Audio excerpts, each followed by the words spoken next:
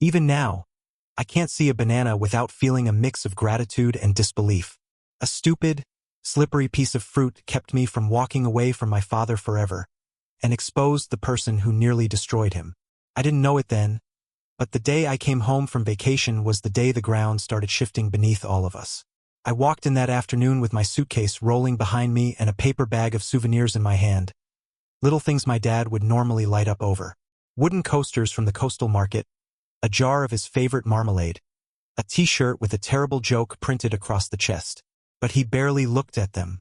"Thanks," he muttered, setting the bag on the counter without even peeking inside. His voice was flat, eyes already moving past me. Laura was leaning against the doorway to the kitchen, arms folded, the faintest smile playing at her lips. Not the warm kind, the kind you give when you've already decided something, and you know the other person isn't going to like it. For a second, I thought maybe I'd imagined it. Jet lag, maybe, but the air in the room felt wrong. 8 years earlier, there'd been no Laura and no tension, just me and Dad against the world. Mom's death was sudden, a stroke that took her from us overnight. I was 12 and Dad was wrecked, but instead of falling apart, we clung to each other. He became more than a parent. He was my best friend, my anchor.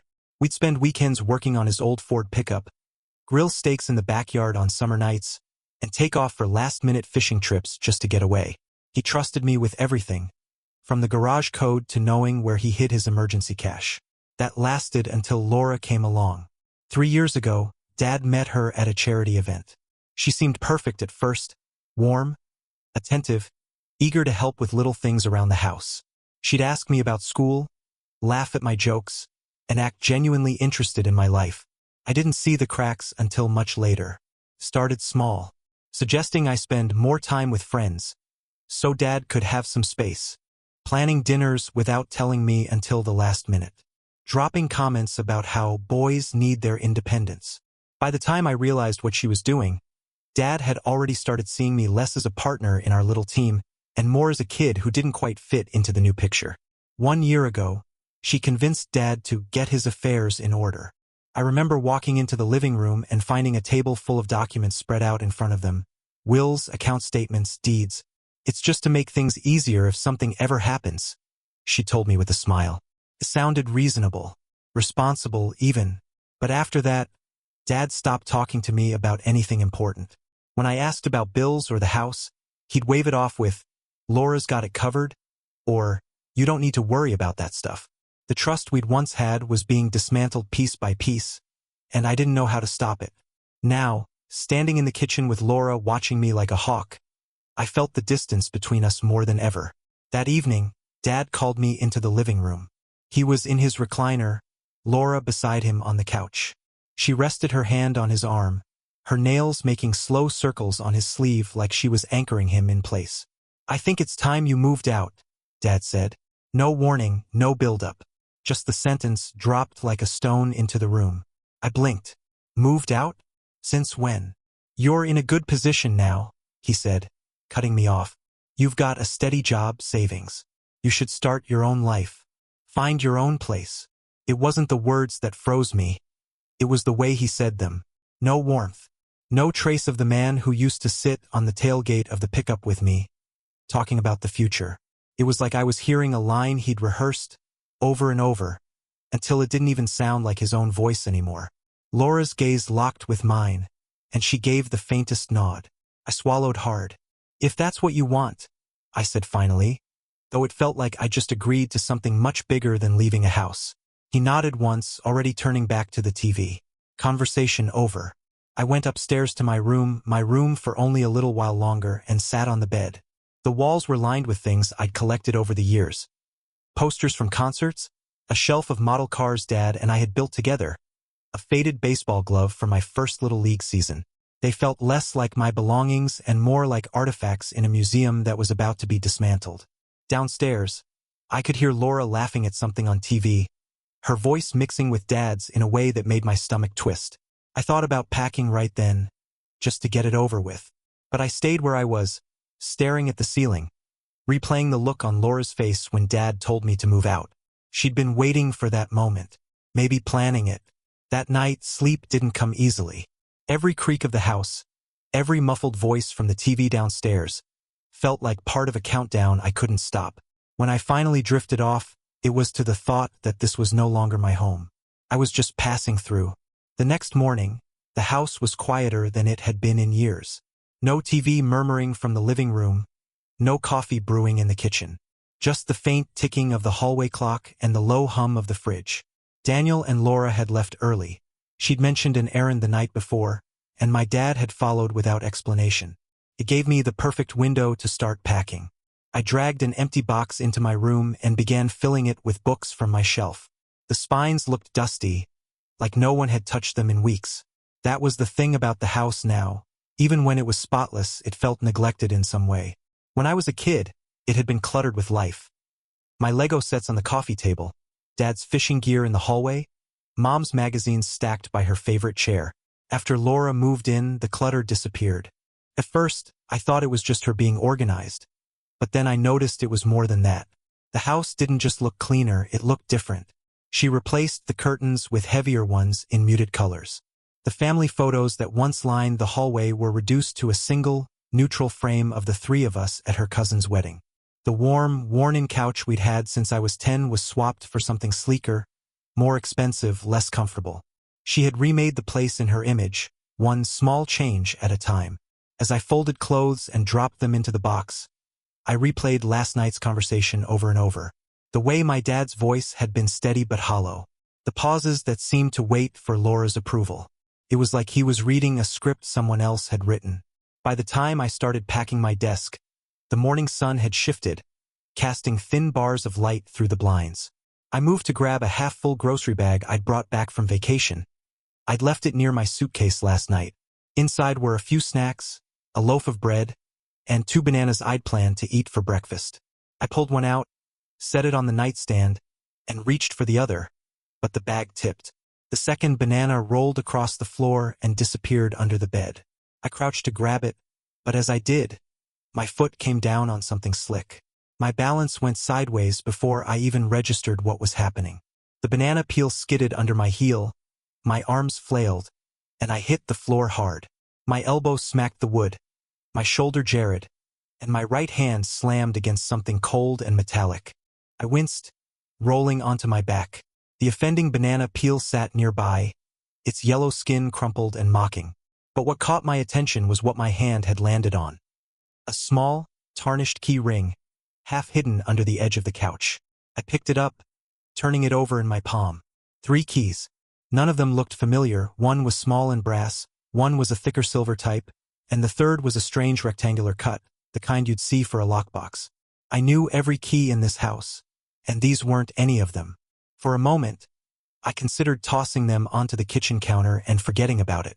After all, I was leaving. Soon, this wouldn't be my problem. But the thought didn't stick. The curiosity crept in fast, fueled by the tension in my chest from last night. Why had these been hidden here? And why did it feel like I wasn't supposed to find them? I got up, brushed myself off, and started checking. First, the desk drawers, nothing. Then the filing cabinet in Dad's office, no match. The brass one almost fit the back porch door, but turned only halfway before sticking. I tried the hallway closet, the locked liquor cabinet Laura kept for guests. Still nothing. Every click and failure just made me want to keep going. My heart thudded in my ears, my pulse speeding with each turn of a key. It felt like the house was holding its breath, waiting for me to find the one lock these belonged to. By the time I reached the master bedroom, I'd almost given up. Laura's side of the room was pristine. Perfectly folded throw blankets, a jewelry box arranged like a display case, perfume bottles lined up in size order. The other side, my dad's, was sparse, as though he were a guest here rather than a husband. I scanned the room, my eyes catching on the far corner. There was a tall wardrobe I'd never seen him open. Laura claimed it was just for storing linens.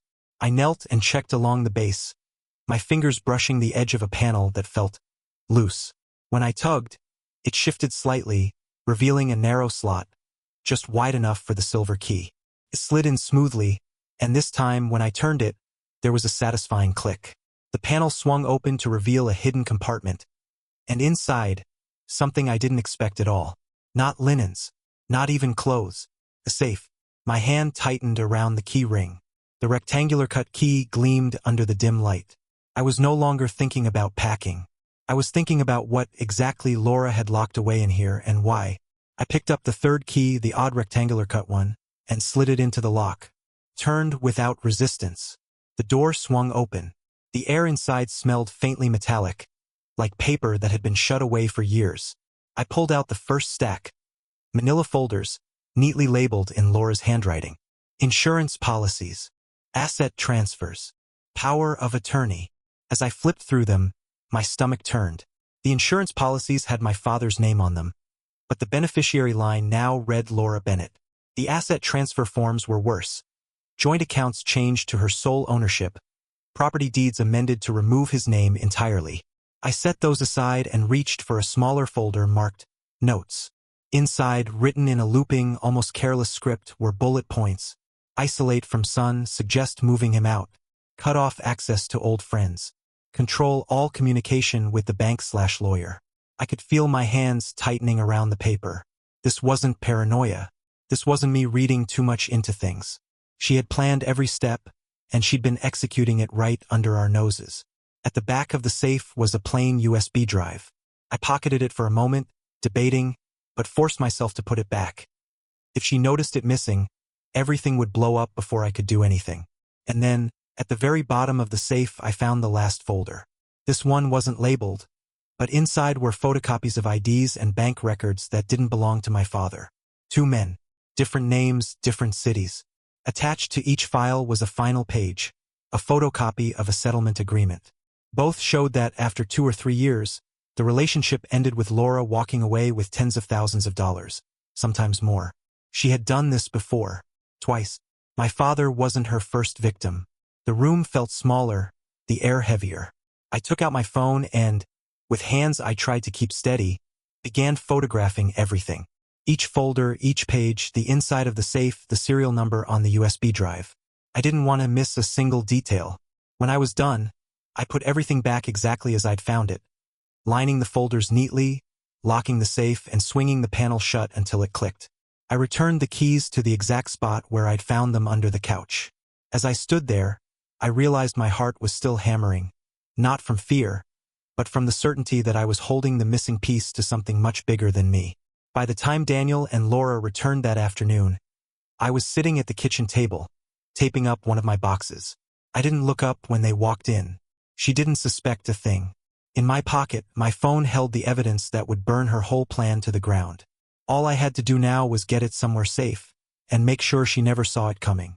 An hour later, my car was loaded with the last of my boxes. I hugged my father goodbye, pretending not to notice how Laura lingered in the doorway, watching me like a hawk. I drove off without looking back. But I didn't head to my new place. The police station was only 20 minutes away. My hands gripped the steering wheel hard enough to ache as I pulled into the lot. My phone sat in the cup holder, screen still lit with the gallery of photos from Laura's safe. Each image felt heavier than the last, not just because of what they showed, but because of what they meant for my father. Inside, the air smelled faintly of burnt coffee and printer toner. I walked up to the front desk and told the officer on duty that I needed to report something about potential fraud and exploitation. Officer Mills, a broad-shouldered man with tired eyes, led me to a quieter corner. "Tell me what's going on," he said, pulling a small notepad from his breast pocket. I went through it step by step, finding the keys, unlocking the safe, and what I saw inside. Mills didn't interrupt, just kept scribbling. When I finished, he closed the notebook and said, "You're going to want Detective Harris. She's been dealing with something similar." A few minutes later, I was sitting in a small, windowless office across from a woman in her 40s with sharp features and an unreadable expression. Detective Harris listened without so much as a twitch as I repeated the story. When I showed her the photos, she took the phone without hesitation and scrolled through every image. She paused at the will revisions and bank transfers, her brow furrowing slightly. "This is her," Harris said at last, handing my phone back. "We've been trying to nail Laura for over a year. Multiple complaints, but she's careful, too careful. She doesn't leave evidence lying around. Until now." She leaned forward, elbows on the desk. "If we move too early, she'll hide the rest and disappear. She's patient, manipulative, and she plays the long game." You need to keep this quiet. Act like you don't know a thing. I swallowed. So what do I do? You be my eyes and ears, she said. Give me anything suspicious. Bank activity, conversations, and where she goes when she's not home. But you can't confront her, not even hint at what you know. If she thinks you're onto her, we lose everything. Over the next 2 weeks, I lived 2 lives. By day, I kept up appearances. I visited the house under the pretense of grabbing the rest of my things, even sharing small talk with Laura. Every time I forced a smile in her direction, my stomach turned, but I had to make her believe I was moving on without resentment. By night, I documented everything. I set up low-limit bank alerts on my father's accounts, linked them to a separate email, and sent each notification to Harris. Twice in the first week, I caught withdrawals of several $1,000s while Dad was resting in the living room. One afternoon, I came by to pick up tools I'd left in the garage. From the driveway, I heard Laura in the kitchen, speaking in a low, deliberate tone on the phone. I couldn't hear every word, but phrases like, "once it's finalized," and "he won't question it," stuck with me. I texted Harris immediately after. The second week, our neighbor Janet became an unexpected asset. She'd known my father for decades and had never liked Laura's energy, as she put it. Over coffee one morning, she casually mentioned seeing Laura park her car 2 blocks away late at night. She sat there with some man, Janet said. Didn't recognize him. They were in her car for almost an hour before she came back. I relayed the description to Harris, who later confirmed the man had been involved in another financial exploitation case. Every scrap of information, times, dates, small details, went straight to Harris. She was methodical, cross-referencing my notes with surveillance and bank records. She never said much about progress, but her occasional texts, "this helps" or "good catch," told me we were closing in. By the end of the second week, Harris finally gave me a hint of where things stood. We met in her office, blinds drawn, a thick folder sitting on her desk. "We have enough to bring her in," she said. "Your evidence filled the gaps. We've tied her to at least 3 prior cases, and the financial trail on your father's accounts is solid. Now it's about timing." I felt a knot in my chest loosen, but only slightly. She was still in my father's house, still in his life. Until they put her in cuffs, it wasn't over. "Don't change anything yet," Harris warned as I stood to leave. "She's going to get sloppy right before the end. And when she does, we'll be ready." I walked out of the station into the cold evening air, my breath curling in front of me. We were close, so close I could feel it. But every hour she stayed under the same roof as my father felt like a countdown I couldn't control. All I could do was keep playing along, and hope the clock didn't run out before we made our move. I barely slept that night. Every creak of the floorboards upstairs had me wondering if Laura was pacing too, sensing something closing in. My phone lit up just after sunrise, Harris's name on the screen. "It's time," she said simply. By the time I reached my car, the adrenaline had already kicked in. Harris had been clear. I was to stay clear of the house until it was over. My part in this was done. Now it was the police's turn. From my parked car down the block, I watched the unmarked SUV roll up to my father's driveway. 2 officers climbed out, followed by Harris in his gray overcoat. They moved quickly, one to the front door, one circling to the back. Inside, I imagined Laura still in her robe, sipping coffee, certain she'd won. The knock came, firm and rhythmic. I couldn't hear the words from here, but I saw Harris hold up the folded piece of paper, the search warrant, and step inside. For 20 long minutes, nothing. Then the movement. Officers carrying sealed evidence bags to the SUV. Even from this distance, I recognized the shape of the black fireproof safe from Laura's closet. My chest tightened. They'd found it. Later, Harris would tell me they recovered not just the same documents and USB I'd photographed, but fresh paperwork, recently dated, detailing Laura's next moves. She'd been preparing to liquidate what remained of my father's assets within the month. Once it was done, there would have been nothing left in his name. When they brought her out, she didn't fight or shout. She walked between the officers, her face composed but her eyes sharp, scanning the street. Then she saw me in my car. Her expression didn't change, but I saw it, the flicker of realization. She knew exactly who had pulled the thread that unraveled her whole plan.